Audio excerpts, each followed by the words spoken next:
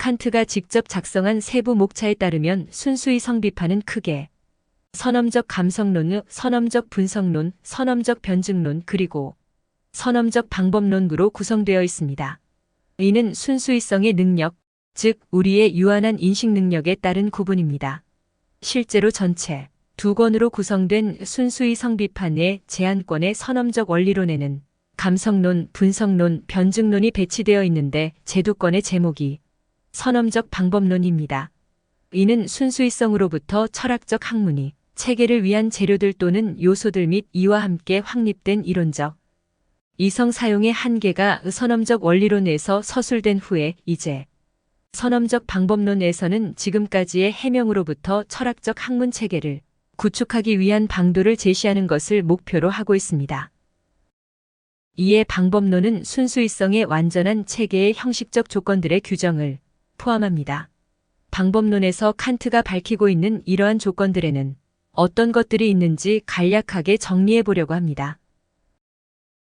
칸트는 방법론의 서두에서 순수하고 사변적인 이성의 모든 인식을 하나의 건물에 비유하면서 지금까지 감성론, 분석론, 변증론으로 구성된 선험적 원리론을 통해서 이 건물의 건축 자료를 어림잡고 어떠한 건물을 얼마나 높이 그리고 얼마나 견고하게 건축할 것인지를 결정할 수 있게 되었다고 하면서 경험의 한계 내에서 분에 맞는 건물의 설계를 강조합니다. 특히 순수이성의 규율의 장에서는 우리의 가능한 인식의 한계는 극히 좁고 판단하려고 하는 충동은 강하며 나타나는 가상은 매우 기만적이고 오류에서 빚어지는 손실은 거대하다고 하면서 이러한 오류를 방지하기 위해 노력하는 부정적 교훈을 더 중시할 필요하다고 말합니다.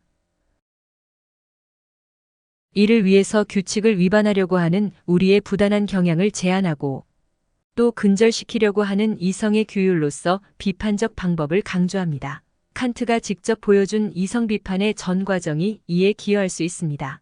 또한 순수이성의 규준 내 장에서는 순수이성이 모든 경험에 독립해서 스스로 확실성에 도달할 수 있고 그로 인하여 순수이성이 초감성적인 예지적 세계를 가정하는 것의 정당성에 대해서 다시 한번 강조합니다.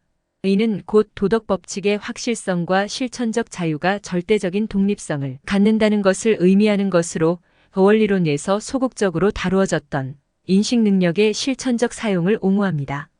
이와 함께 순수이성의 건축술대 장에서 칸트는 순수이성의 철학을 이성 능력 안에 놓여있는 선험적 인식을 발견하고자 탐구하는 순수이성 비판과 모든 철학적 인식을 순수이성으로부터 하나의 체계적 연관에서 서술하는 순수이성의 체계로 나누고 있습니다.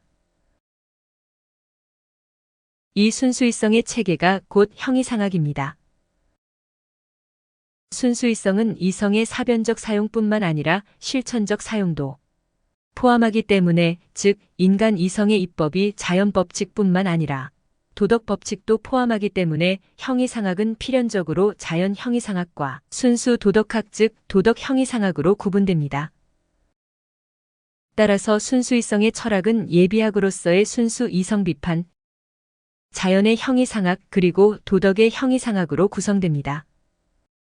끝으로 순수이성의 역사의 장에서는 철학의 역사가 보여주었듯이 이성인식의 참된 대상을 플라톤 같은 지성 철학자들은 단지 지성의 대상들 즉 개념과 이념만을 참된 것으로 간주하였으며 이에 반해 에피쿠로스 같은 감각의 철학자들은 감관의 대상 즉 감각과 감정, 감성적 지각을 참된 것으로 간주하였다는 것을 지적합니다.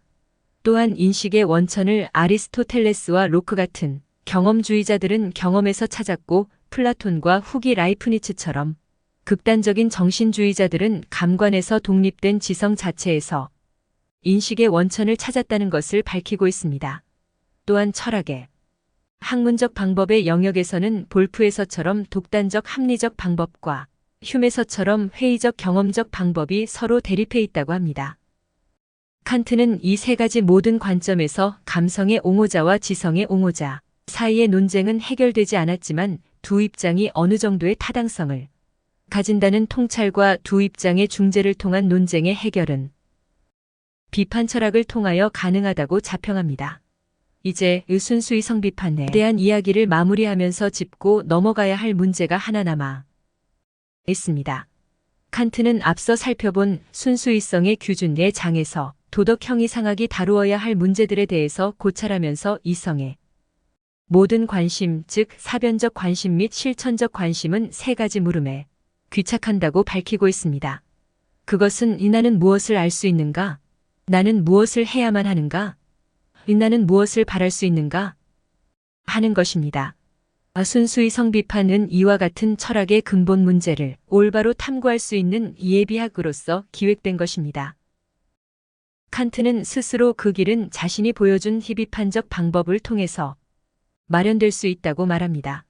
그런데 칸트는 다른 저술, 즉 논리학에서 철학의 근본 주제로 저 세 가지 물음에 덧붙여 인간이란 무엇인가? 라는 네 번째 물음을 제시합니다. 앞의 세 가지 물음들에 각각 사변적 형이상학 또는 인식론, 윤리학 즉 도덕 형이상학, 그리고 종교 철학을 대응시키고 있으며 네 번째 물음에 대한 답을 인간학이 담당하는 것으로 말하고 있습니다. 그러나 선행하는 세 가지 물음 각각이 넓은 의미에서 인간의 특수한 능력 및 기능과 관계하는데 이것들은 인간학을 구성하는 요소들이기도 합니다. 따라서 선행하는 세 가지 물음들은 이 마지막 네 번째 물음을 전제하며 또 최종적으로 이에 귀착한다고 할 수 있습니다. 그런데 인간은 무엇일까요? 인간은 어떤 존재일까요? 우리는 아직 인간에 대한 완전한 해명에 이르지 못하고 있습니다. 수없이 많은 수사를 사용하며 규정하거나 표현되고 있으면서도 인간은 아직도 여전히 비밀스럽고 수수께끼 같은 존재입니다. 때로는 너무나 친숙한 존재이지만 때로는 무척 낯설게 느껴지는 존재입니다. 인간 진화의 역사를 통해서 생각해보면 현재 인간의 본성은 수백만 년에 걸쳐서 형성된 것이라 할 수 있습니다. 가까이로는 50만 년 전의 인류에 이르기까지 진화의 과정에서 무슨 일이 있었는지, 어떤 진화적 사건이 인간을 현재와 같은 존재가 되도록 추동했는지 확언할 수 없지만 인간의 자연 본성 중에서 가장 신비스럽고 가장 수수께끼 같은 능력이 이성입니다. 심지어 인간의 이성은 자신의 본성에 반하는 것처럼 작용하기도 합니다. 이러한 이성이 인간 본성에 깊이 뿌리를 내리고 있는 것이라면 이 이성 혹은 이성 능력은 인간의 본능일 것입니다. 인간의 눈은 눈에 적합한 쓰임이 있듯이 이성은 그에 적합한 쓰임이 있을 것입니다. 우리가 이 세계의 의미를 이 세계에 대한 경험으로부터 읽어내는 것이라면 이러한 경험의 가능성은 무엇보다도 인간 이성에 이를 것입니다.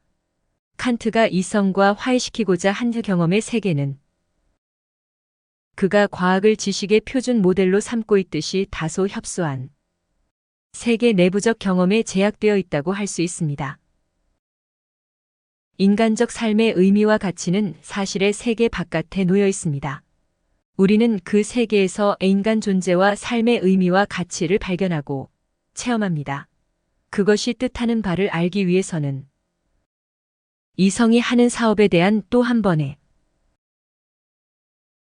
코페르니쿠스적 전회가 필요하다는 생각입니다.